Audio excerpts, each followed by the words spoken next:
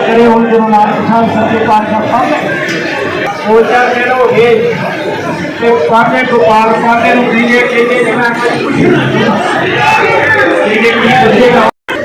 Bablu ji Bablu side पे जरा वो शूज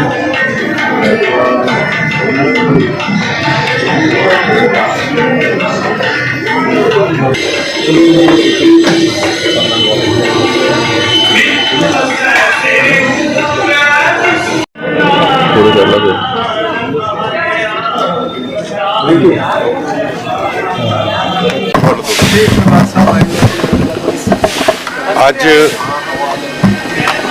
ਦਰਬਾਰ ਸਾਹਿਬ ਜਿੱਥੇ ਗੁਰੂ ਮਹਾਰਾਜ ਦਾ ਧੰਨਵਾਦ ਕਰਨ ਵਾਸਤੇ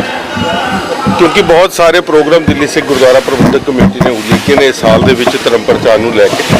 और सब तो मेन प्रोग्राम जोड़ा बाबा जस्सा सिंह जी रामगढ़िया और अकाली बाबा फूला सिंह जी की जी शताब्दी आ रही है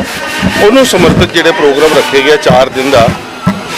दिल्ली के दिल्ली फतेह दिवस का रूप के जोड़ा प्रोग्राम हर साल असी लाल किले मनाते हैं 8 और 9 अप्रैल को मनाया जाना और उस तो पहला 6 और 7 तरीक को अकाल तख्त साहब तो अरदास करके नगर कीर्तन क्योंकि अकाली बाबा फूला सिंह जेड़े इस अकाल तख्त साहब के जथेदार साहब भी रहे और अकाली बाबा बुढ़ा दल के भी वो 6वें मुखी रहे उन्होंने शहीदी समागम को शहीदी दिहाड़े को समर्पित करते हुए और जस्सा सिंह रामगढ़िया जी का जोड़ा इतिहास है वो लोगों को दसन वास्ते इतों नगर कीर्तन कट के दिल्ली लैके जाया जाएगा 6 तरीक को इतों आरंभ तक की जाएगी सवेरे और उस तो बाद 6 तरीक रात को अंबाले गुरुद्वारा मंजी साहब ठहराया जाएगा और 7 तरीक को दिल्ली पहुँच के 8 और 9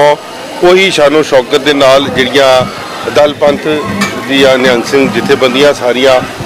इस नगर कीर्तन और जिहड़े उत्थे खालसाई मार्च है वो शमूलीयत पाएंगियां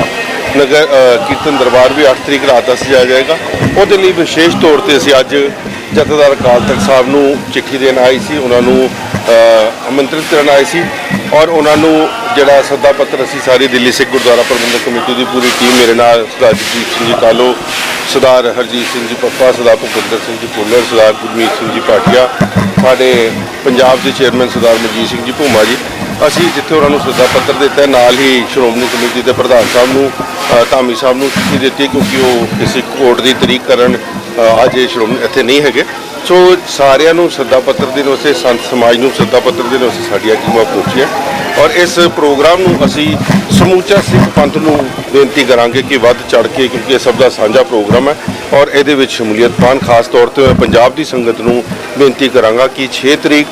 तो इतों आरंभ होएगा और 7 तरीक तक दिल्ली पहुँचना है ये 2 दिनों के पंजाब की और हरियाणा दी जिहड़ियां संगतां भी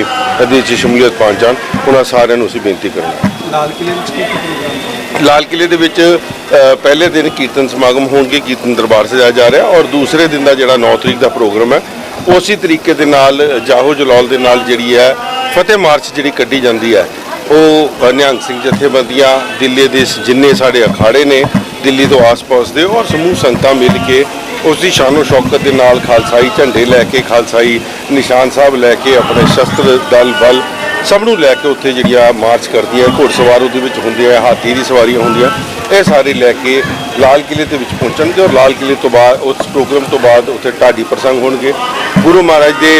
जिहड़े सिंह सी जब बाबा जस्सा सिंह जी रामगढ़िया अकाली बाबा फूला सिंह इन्हां दे उत्ते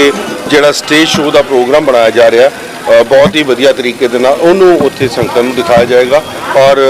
ढाडियां वारां दे नाल इतिहास नूं जाणू कराया जाएगा।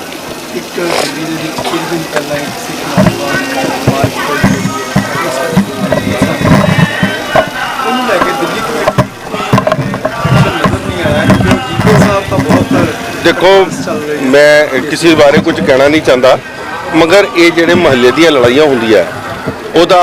ਉਹਦੇ बारे संज्ञान लैके ਉਹਦੇ ਉੱਤੇ ਅਸੀਂ ਸਾਨੂੰ हर मुद्दे ਨੂੰ कौमी मुद्दा नहीं बनाना चाहिए। जीके साहब की अपनी राजनीति है कि उन्होंने को काम करने को होर कुछ नहीं है मगर जिस वक्त साढ़े मैंबर साहबान उस इलाके के जोड़े मैंबर सरदार अमरजीत सिंह पिंकी उन्होंने ड्यूटी लाई गई उन्होंने जाके संज्ञान लिया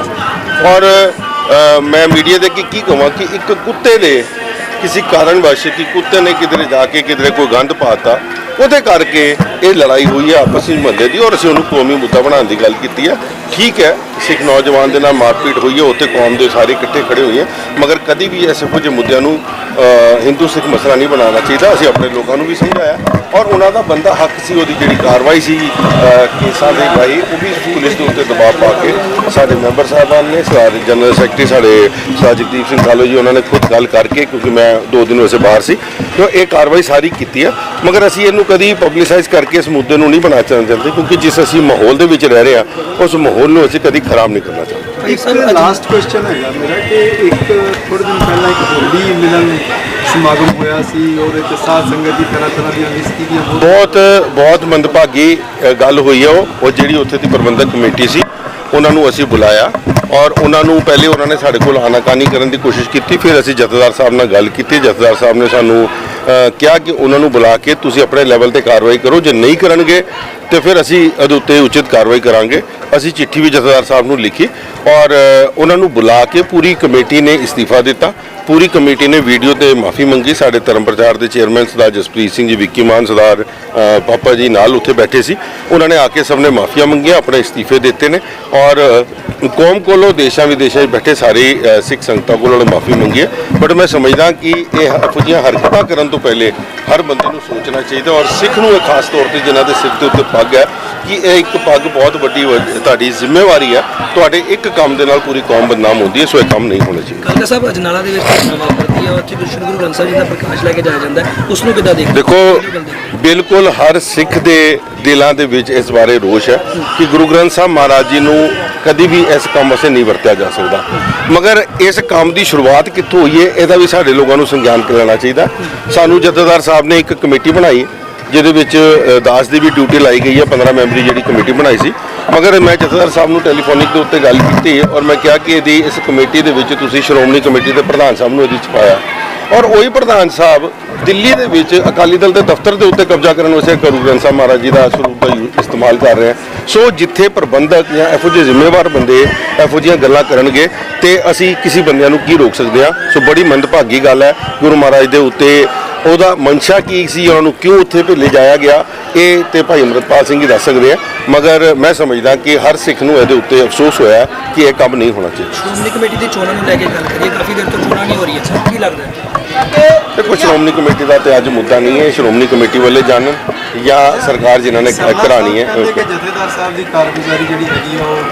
ਬਹੁਤ ਵਧੀਆ ਨਹੀਂ ਹੋਈ, ਪਰ ਤੁਰੰਤ ਜਥੇਦਾਰ ਬਦਲ ਦੇਣਾ ਚਾਹੀਦਾ। ਗੁਰੂ ਸਰਨਾ ਸਾਹਿਬ ਦੀ ਹੁਣ ਇੱਕ ਉਮਰ ਇਸ ਸਥਾਨ ਦੇ ਉੱਤੇ ਹੋ ਗਈ ਹੈ, ਨਾ ਉਹਨਾਂ ਨੂੰ ਆਪਣਾ ਪੁੱਤਰ ਚੰਗਾ ਲੱਗਦਾ, ਨਾ ਉਹਨਾਂ ਆਪਣਾ ਪੋਤਰਾ ਚੰਗਾ ਲੱਗਦਾ। ਉਹਨਾਂ ਨੂੰ ਸਿਰਫ ਦਿੱਲੀ ਕਮੇਟੀ ਦੀ ਕੁਰਸੀ ਨਜ਼ਰ ਆਉਂਦੀ ਹੈ। ਉਹਦੇ ਵਾਸਤੇ ਉਹ ਬਾਦਲਾਂ ਨਾਲ ਵੀ ਸਮਝੌਤਾ ਕਰ ਸਕਦੇ ਨੇ, ਉਹ ਮਨਜੀਤ ਸਿੰਘ ਜੀਕੇ ਨਾਲ ਵੀ ਸੌਦਾ ਕਰ ਸਕਦੇ ਨੇ। ਤੇ ਅੱਜ ਉਹਨਾਂ ਨੇ ਵੱਡੇ ਕੌਮ ਦੇ ਸਭ ਤੋਂ ਸਿਰਮੌਰ ਜਥੇਬੰਦੀ ਦੇ ਪ੍ਰਧਾਨ ਜਥੇਦਾਰ ਅਕਾਲ ਤਖਤ ਸਾਹਿਬ ਦੇ ਜਥੇਦਾਰ ਦੇ ਉੱਤੇ ਕਿੰਤੂ ਪਰੰਤੂ ਕਰਨਾ, ਇਹ ਸਰਨਾ ਸਾਹਿਬ ਦੀ ਸ਼ੁਰੂ ਤੋਂ ਆਦਤ ਰਹੀ ਹੈ। ਸ਼ੁਰੂ ਤੋਂ ਉਹਨਾਂ ਨੇ ਅਕਾਲ ਤਖਤ ਦੇ ਉੱਤੇ 2 ਫਾੜ ਕਰਨ ਦੀ ਗੱਲ ਕੀਤੀ ਹੈ, 2-2 ਸੰਗਰਾਂਦਾਂ, 2-2 ਗੁਰਪੁਰਬ ਮਨਾਉਂਦੇ ਰਹੇ ਹੈ ਦਿੱਲੀ ਦੇ ਵਿੱਚ। ਸੋ ਮੈਂ ਸਮਝਦਾ ਕੋਈ ਨਵੀਂ ਗੱਲ ਨਹੀਂ ਉਹਨਾਂ ਨੇ ਕੀਤੀ। ਹਮੇਸ਼ਾ ਉਹਨਾਂ ਨੇ ਅਕਾਲ ਤਖਤ ਦੇ ਵਿਰੁੱਧ ਰਹੇ ਨੇ, ਔਰ ਇਸ ਕਰਕੇ ਹੀ ਦਿੱਲੀ ਦੀ ਸੰਗਤ ਨੂੰ ਨਕਾਰ ਕੇ ਅੱਜ ਘਰਾਂ 'ਚ ਬਿਠਾਇਆ ਹੋਇਆ। ਠੀਕ ਹੈ।